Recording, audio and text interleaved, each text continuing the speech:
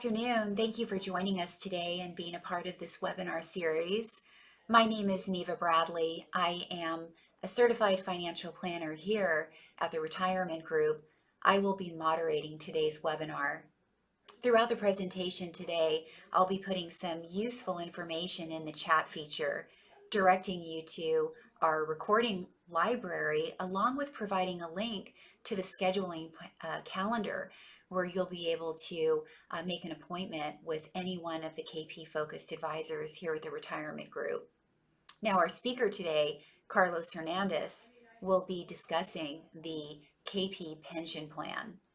He'll be going over the different options that you have in pension payout, whether that is the lump sum or any one of the various annuity options, along with discussing interest rates and inflation and how they can have a significant impact on your retirement benefits.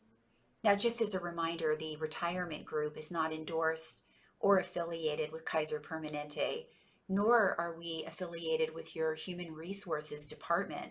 We are an independent financial planning firm that's been working extensively with KP employees, helping them transition into retirement. It's knowing your plans, your 401k, pension, and healthcare coverage that puts us in a unique position to be able to offer focused and customized advice on your plans. Now, without any further ado, I'd like to introduce the speaker today, Carlos Hernandez. Thank you, Neva. I appreciate you for getting us started there. Welcome, everyone. Thank you for joining us here today. For those that are joining us for the first time, my name is Carlos Hernandez. I'm one of the client service representatives here at the Retirement Group, and I work alongside my colleague Neva Bradley. And as Neva had mentioned, the Retirement Group is an independent financial advising firm. We are not a part of Kaiser Permanente. But unlike most financial planning firms out there, we specifically work with KP employees and have been working with KP employees for many years now, which puts us in this unique position to be able to provide specific tailored advice in regards to the pension, the 401k, and even the retiree medical benefits. All things that we think we need to know in order to give you prudent advice and help you build a comprehensive retirement plan. And as Neva had mentioned, for today we're going to be talking about the pension plan at Kaiser Permanente. As many of you on the call are aware that KP is made up of many different business units. There's a lot of different unions involved in the organization that makes up Kaiser Permanente. So depending on where and what you're employed in, whether you're a salaried employee, whether you're a physician, whether you're a nurse, all those things will mean that you will have subtle differences in your pension plan. We're going to be touching base on a few different plans, some of the common plans that we come across through, just so you guys get a firm understanding of how the pension plan works, how the pension is calculated, and as well as some of the different payment options you have available. But before we get started, we're going to be going over some key terms so you guys get a full understanding of what those pension documents are talking about. Now, the first key word to keep in mind is vesting. That is going to be the vesting requirement in order to be eligible for a pension at KP. That vesting requirement currently sits at 5 years of service. What that means is there's a 5-year vesting schedule in order to be eligible for a pension, which is a 5 continuous years of employment at KP in order to be eligible for some type of pension amount. Then we have the final average monthly compensation. This is going to be a term specifically used in the KFH plan. Other plans use a slightly different name, like the highest average compensation. But the key point of this is this factor or this variable is going to be the salary component of the pension formula. And how the pension is built around, it's built around giving you a percentage of your pay based on how long you've worked at the company. This final average monthly compensation is going to be the salary component or the pay component of that formula. Then we have credited service, which is another term used for duration of employment or years of service. One thing to note about KP that many of the unions involved in KP, they give you 1 year's worth of credited service based on an hourly amount worked throughout the year. And then we have pension offsets, which are going to be another term for pension reductions. The most common one is going to be age penalties. We're going to be touching base on how each union or each plan does its numbers slightly different, just so you guys get a firm understanding of your personal situation. And for today, I picked out 3 different pension examples that we're going to be covering today. If none of these 3 apply to you, or if you have multiple pensions, many of you on the call here have worked at KP for many, many years now and have switched between different departments or different job positions within Kaiser. Depending if you switch between unions as well, will determine that you would have a additional pension plan. If you log on to my KPHR, you might see several different pension plans displayed there, each one giving you credit for the time you spent in that specific organization. Now, the first plan that we're going to be covering is going to be the KFH plan, which is going to be the Kaiser Foundation Hospital Plan, and this is the formula you'll see here. It's basically made out of these 3 different components. The first component is going to be the salary component you see there, which is the final average monthly compensation, in which what they're going to look at is over the last 10 years of your career, they're going to look at the highest 5 consecutive years of salary. And they're going to average out a monthly compensation amount to use as your salary component, multiplied by this 1.5%, which is going to be a credited service factor number. The way you can think of it is that for every year you've worked at KP, they're essentially going to give you 1.5% of what you used to get in a paycheck. So you multiply that by your years of service, and that would ultimately give you your monthly pension amount. And from there, you would subtract out any age penalties if they apply. And how age penalties work, as I mentioned before, it's going to be a reduction to your pension based on your retirement date. At KP, normal retirement age is going to be age 65, but they do allow what is called early retirement, which is retirement prior to the age of 65. But that does come with a pension offset, which if you were to retire prior to the age 65, it's going to be a 3% reduction per year. And under the age of 60, it's going to be a 5% reduction per year. So depending on when you choose to do early retirement would determine the severity or the impact your pension will have due to the pension offsets. Now, the next pension we're going to be covering is going to be the TPMG pension plan, so the Permanente Medical Group. This specific union actually is divvied up into 2 different groups.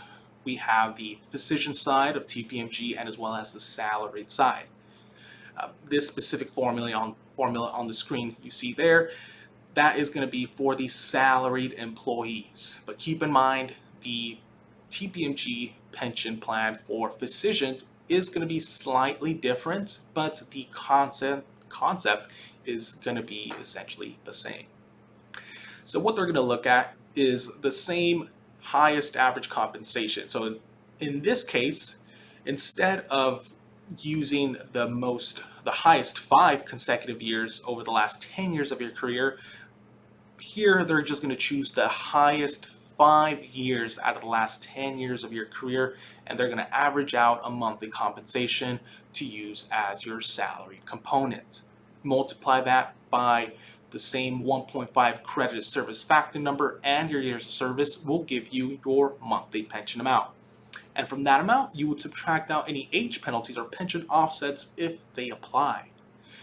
And again, the age penalties for TPMG are going to be exactly the same. So it's still going to be a 3% reduction per year under the age of 65, and then a 5% reduction per year under the age of 60. Now, one thing to note that is different from the TPMG pension plan is that they actually allow what is called deferred retirement credit, which is if you were planning to retire past age 65, As I mentioned, all numbers are calculated to the normal retirement age of 65. If you plan to work past that, you're actually losing out on that income stream. So what Kaiser kindly tries to do is help you recoup that by giving you these deferred retirement credits, which sort of works similar to Social Security. Social Security is another income source in which you get more for waiting longer. There's a little bit of math that needs to be done in which income source you would defer, whether that's the pension or Social Security. There's a few variables that you need to consider. If you're not aware of this, I would recommend connecting with a retirement specialist, somebody that focuses on working with retirees to make sure you are making the right choice. And lastly, the last pension we're going to be covering is going to be the California Nurses Association plan, the CNA pension plan. And if you notice, the formula is going to be slightly different. They're still going to use the highest average compensation. So over the last 10 years of your career, which 5 years were the highest, they'll average out a compensation, a monthly compensation from that for your salary components. But now, if you notice, the service factor number is lower. Now it is a 1.45%. Multiply that against your years of service will give you your monthly pension amount. So if you're comparing the TPMG plan, the CNA plan, and both employees make the same amount and they have been making the same amount for over the past 10 years, you will notice that the TPMG pension plan, their payments will be slightly higher. That's just kind of one of the nuances between those plans. But if we're looking for an even more subtle nuance, that is going to fall in the age penalties or pension offsets. So for the CNA pension plan, the pension offset is now going to be a 5% reduction per year under the age of 65. You can think of this as more punitive, or you can think of this as, Kaiser really likes their nurses more, in which they're giving them a bigger financial incentive to stay at the company longer. It's essentially just like these golden handcuffs, as many people refer that to.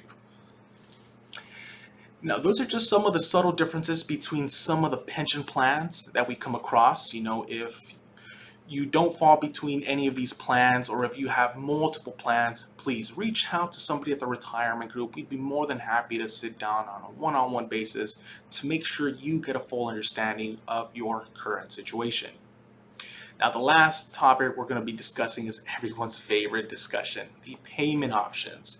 And for those that have ran pension estimates or pension plan estimates, you may notice when you run those estimates that you are displayed several different payment options, ranging from simple to a little bit complex. And it can be overwhelming looking at all the options, which is something that we specifically focus with our clients near to their retirement, making sure that we dive deep into which option is best suited for their situation. We're going to be covering each one just so you guys get a firm understanding of how they work. The first one is going to be the single life annuity payment, which is going to be the most traditional payment option out of all of the options shown on the screen. This amount is the number that is actually used to derive all of the other payment options. So this is going to be typically meant for somebody who is single, widowed, or divorced, in which you would get a fixed amount at the start of your pension, and that amount will not go up, will not go down. It will stay the same for the rest of your life. Whether you live 1 year into retirement or 50 years into retirement, it will not change. And for those that are married, one of your options is going to be the 100% joint and last survivor annuity with a 15-year certain and live pop-up. I know that one's quite a mouthful, but we'll break it down by parts. So the first part is the 100% joint and last survivor annuity. What this means is that, regardless if the KP employee or the KP retiree receiving the pension passes away, the surviving spouse would receive the exact same amount the KP retiree was receiving while they were alive. And the 15-year certain is a guaranteed portion to the annuity, meaning that this annuity would pay out for a minimum of 15 years. Whether you are alive or not, it would go to your beneficiary of choice or even your favorite charity. And then the life pop-up refers to if the non-KP retiree were to pass away prior to the KP retiree receiving the pension, their amount would actually pop up into the single life annuity value, which is going to be the highest payment option out of all of the annuity options that were shown on the screen, since it only covers the life of one individual. And the other payment option for those that are married is the joint and survivor annuity. This one does not come with all the guarantees. This one, you have the options to choose from a 50, 66 and 2/3 or 75%. Meaning that if something were to happen to the KP retiree receiving the pension, the surviving spouse would receive the percentages chosen. So let's say that your joint and survivor annuity was $2,000 a month and you chose the 50% joint and survivor annuity. If something were to happen to you, the person collecting the pension, the surviving spouse would only continue to receive $1,000 a month for the rest of their life.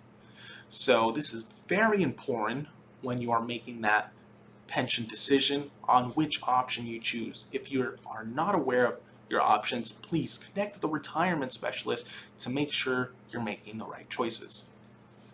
And then we have the fixed period and life annuity. This is where you could put a guaranteed time frame in which you would receive a monthly pension amount. You have the options of 5, 10, 15, or 20 years.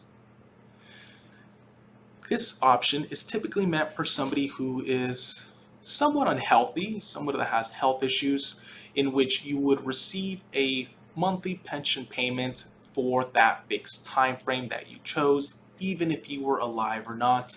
If something were to happen to you, that pension payment would continue until that time frame ends. It would go to your beneficiaries of choice or even your favorite charity. And if you live past that time frame, that pension would just continue for the rest of your life. But if you're somebody who is really unhealthy, an option that you may consider is the lump sum payment option, which lump sum payment option is where you get an immediate payout of your pension upon your commencement of your benefits. That amount you could roll over into your own IRA to be self-managed or managed by a financial advisor.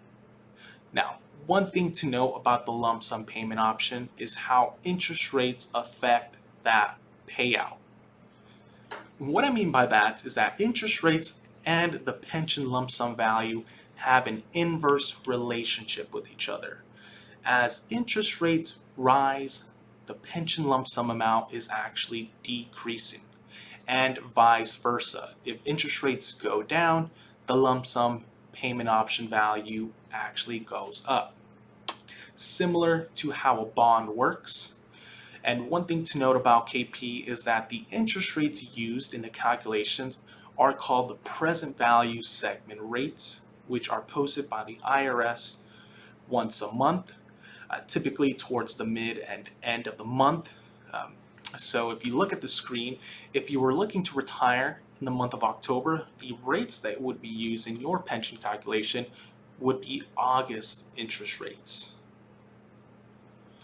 Now, that's just one thing to know, especially for those that are looking to retire in the near future, especially as we have been in a rising interest rate environment over the course of the past year. And another payment option that is available is the level income annuity, which is going to be where you receive a higher amount prior to the start of you collecting your Social Security amount.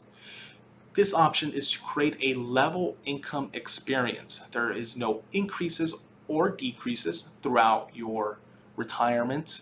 It's to create a level income experience. So once you retire and start your pension commencement, you would get a higher amount. And once you turn retirement or Social Security age and start collecting your Social Security, your pension payment would drop. But at that point, you would have supplemental income from your Social Security, which would, level that out. And that is why it is a level income annuity.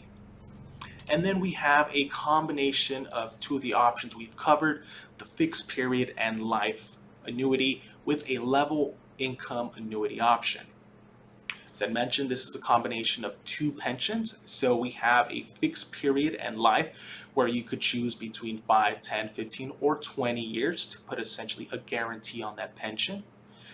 And then as well as get a higher amount at the start of your commencement, and once you turn Social Security age, that amount or your pension amount will decrease in order to create a level income experience. One of the least common options we've seen people take, but if we're talking about the least common option, I would say the installment payments takes that part. This is where instead of getting a pension over your lifetime, you just get a fixed amount of payments or fixed monthly payments. And you can choose the time frame, but again, that's just going to be X amount of payments over that time frame. Now, there's not one option that is inherently better or worse than the other. It really depends on one situation on which option makes the most sense. There's a lot of variables and factors that one needs to consider in order to be able to choose the right option, which is why we emphasize to connect with a retirement specialist to make sure you are making the right choices. As I mentioned in the beginning, we do provide a complimentary cash flow analysis, which we offer to all of our attendees on the call. Please take advantage of that. Even if you have a financial advisor, get a second opinion. We encourage all of our clients to do so. And if you have a financial advisor already, ask them, do you know and understand my pension? Can you explain it to me? How could I maximize my pension payouts? How can I optimize my benefits given to me at my company that I've worked so long and so hard in? All those things are important questions to ask to make sure you are getting the most out of your benefits.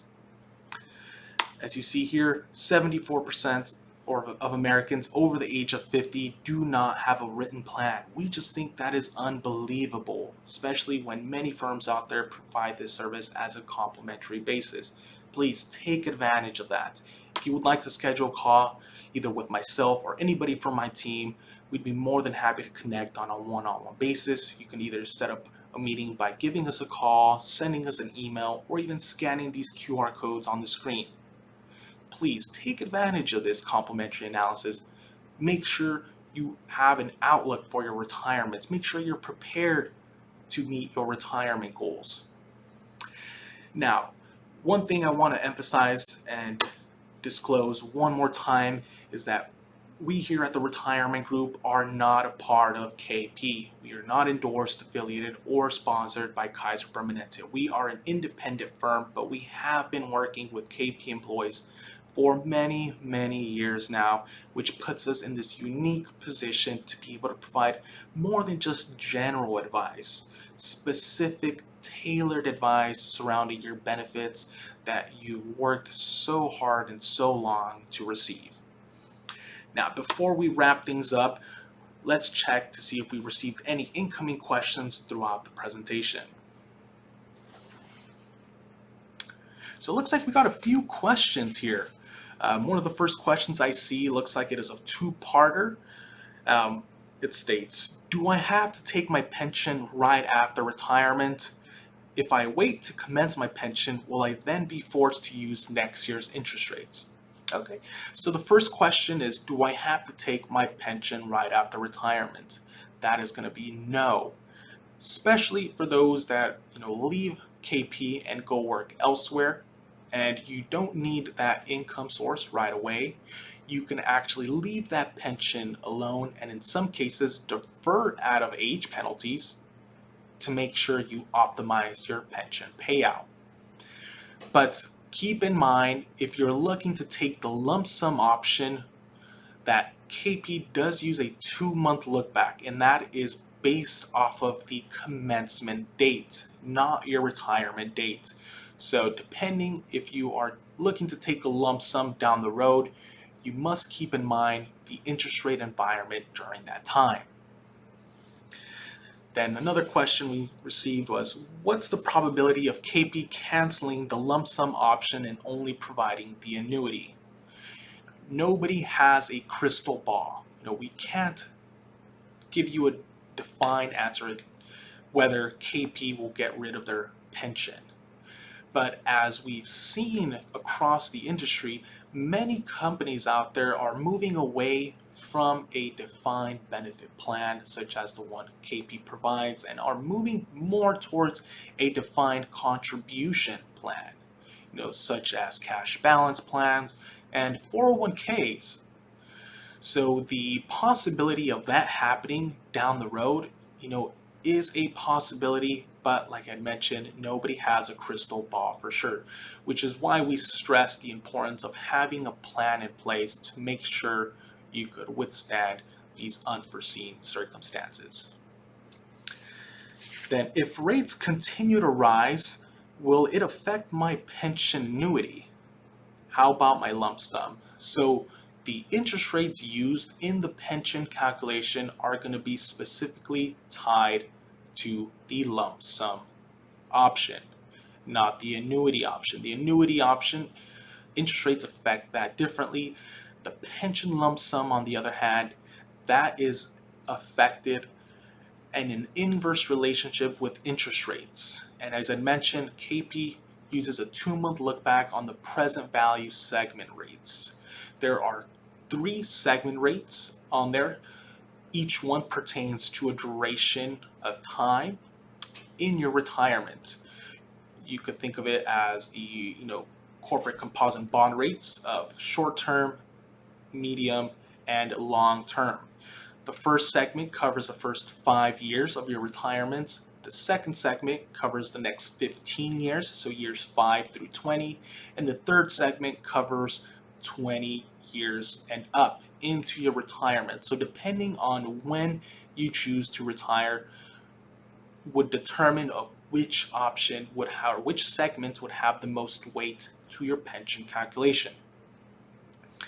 Then we have, with interest rates so high on the lump sum, does it make sense just to take an annuity at KP? That is a great question. As I mentioned before, there is not one option that is inherently better or worse than the other. There is not a one size fits all.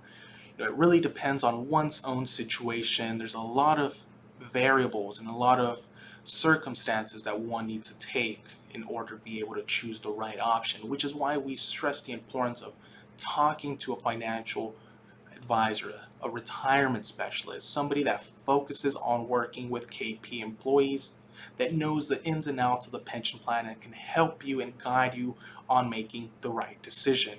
And it's not only your decision, but as well as your family's decision, as they are a huge part of the whole retirement planning process.